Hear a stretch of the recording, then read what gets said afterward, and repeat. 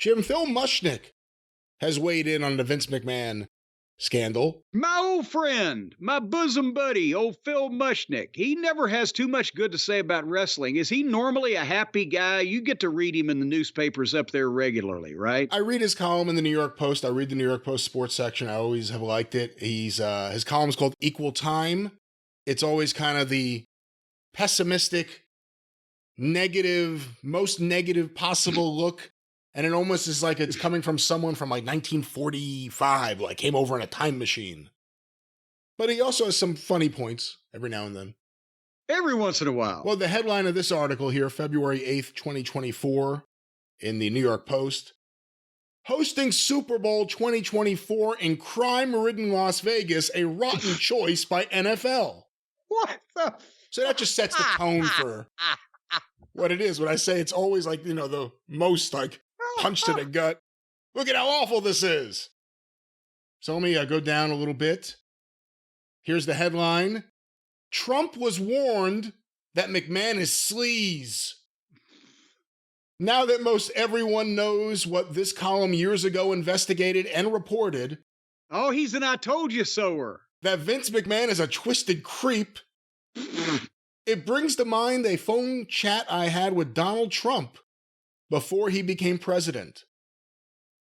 As Trump was throwing in with McMahon, playing an in-ring clown during McMahon's pay-per-view and often salacious extravaganzas, I offered Trump 4 large boxes of documents to show him that McMahon ran a drug and death mill and a sexually perverted operation, even indulging the employment of known pedophiles who became the target of inside jokes on McMahon's telecasts. Trump dismissed it all, rationalizing that he donates his appearance fees to charity. Though he didn't say how much or give the name of the charities, as if that excused his service as a McMahon attraction. And so, as Trump was inducted into McMahon's Pro Wrestling Hall of Fame, his wife Linda was soon named President Trump's cabinet, or to President Trump's cabinet, excuse me. She was named the whole cabinet. As the Secretary of Small Business, Mrs. McMahon not only participated in her husband's most vulgar skits and sales of merchandise to kids, her business acumen included t-shirts that read, "Suck it," with an arrow pointed towards the crotch. She had astonishingly been appointed to Connecticut's Board of Education. Then she claimed to have been an education major in college when she majored in French. But who can recall their college major? Wait a minute. What else would you want to major in besides French if you were going to spend your life telling people to suck it? But as Phil Mushnick says here, but who can recall their college major? It's all a con.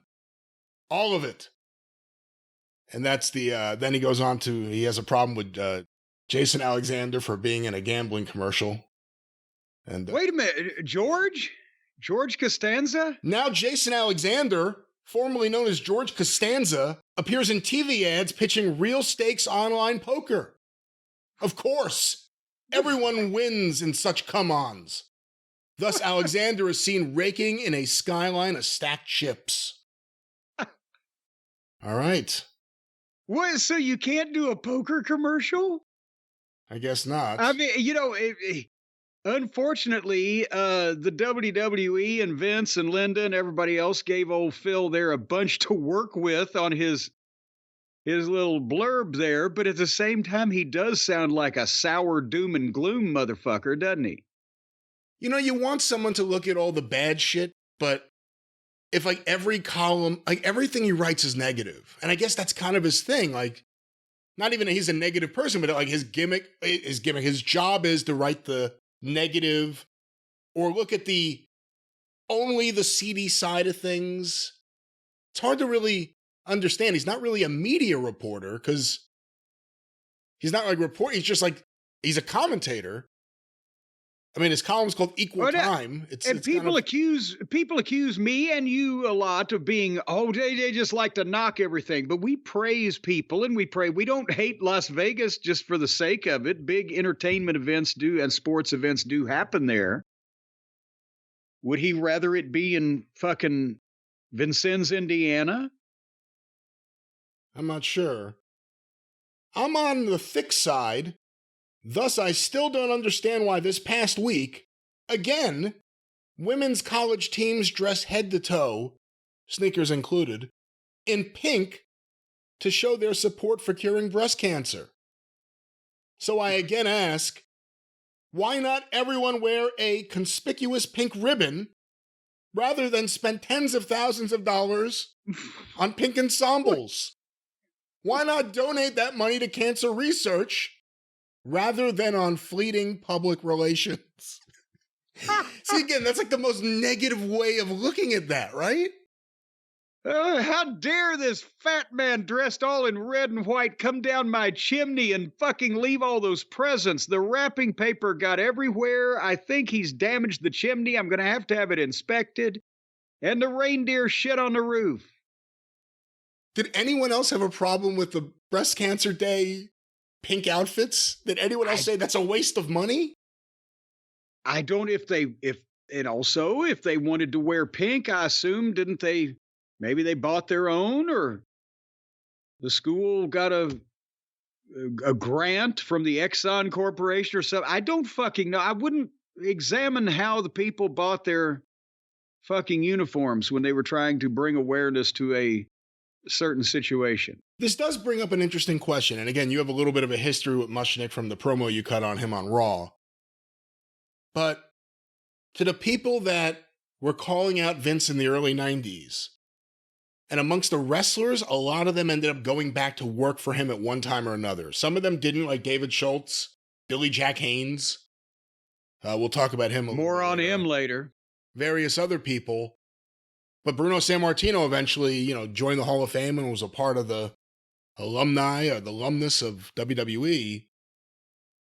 But there were people calling him out for a lot of things. And, if you go back and look at things, they knew what was up with Mel Phillips when they rehired him after firing him. They knew a lot of things. And I guess to some people like Phil Mushnick, and again, he may have a negative tone in his stuff and everything is just, why are they wasting money? Who is this person? Whatever. But to the people that have been waiting for this moment, it's almost like they knew it was going to one day come because they saw something in Vince then that a lot of other people didn't see. Well, coming from, and I guess this guy's an extreme example. He's all the way over on one side of the fence.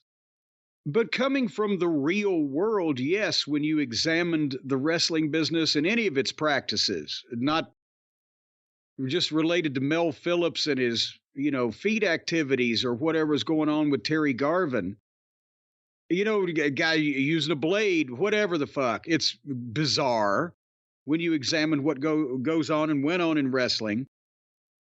And, that's the thing with Vince is people knew that we've always said he was weird.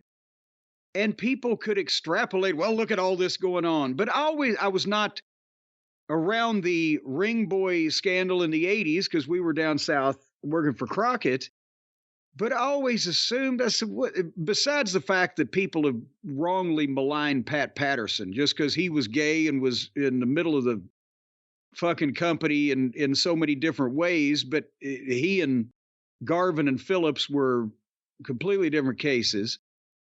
But I could never figure out from my experience there why Vince would have given a fuck about who the god Mel Phillips, whether he's going to announce or he's going to take jackets or who the fuck is Mel Phillips? He's like the merchandise weasel. Fuck it. He caused a problem. Get the fuck rid of him.